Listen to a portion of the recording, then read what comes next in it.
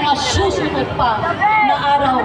At hindi lang sa umaga, bago tayo matulog sa gabi, magdasal din tayo at magpasalamat sa Diyos na lahat tayo ay malakas ang pangangatawan.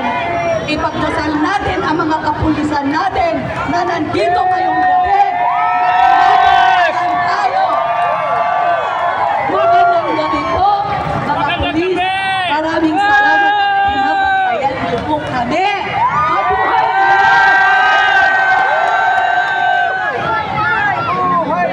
at higit sa lahat, sabay-sabay tayong manalangin para sa mga sarili natin.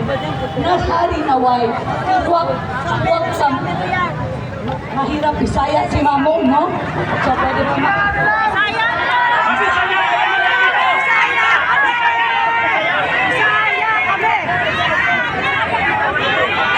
Bisaya si Mamong, kaya hirap siya. Tagalog ba? Bisaya kami, Bisaya! Pwede ba mag-English na lang? In English, please, Mamo. Bisaya kami, Bisaya! Tagalog, boy. Kahit ano! Kasi magtatapos ko si Mamo. What I'm trying to say is, sabi ko mag-English tayo kay Pilipit man ang dilang ni Mamo ba? Kung hindi, sayang na lang ko ba? Okay. Mag-Bisaya ako, dili man tanan makasabot. Na, yung mga lubot, ipaibot. Laki mo. Oh, tanan. Seryoso na ko doon. Sapyot ko ang lubot. Sa'yo nakasabot, anak. Kanya, what I'm trying to say is, we promise, pwede bang mangako kayo na ipangako nyo ngayong gabi na to, itaas ang kamay sa mga ngako. We are our sovereign nation. We choose to bless our nation.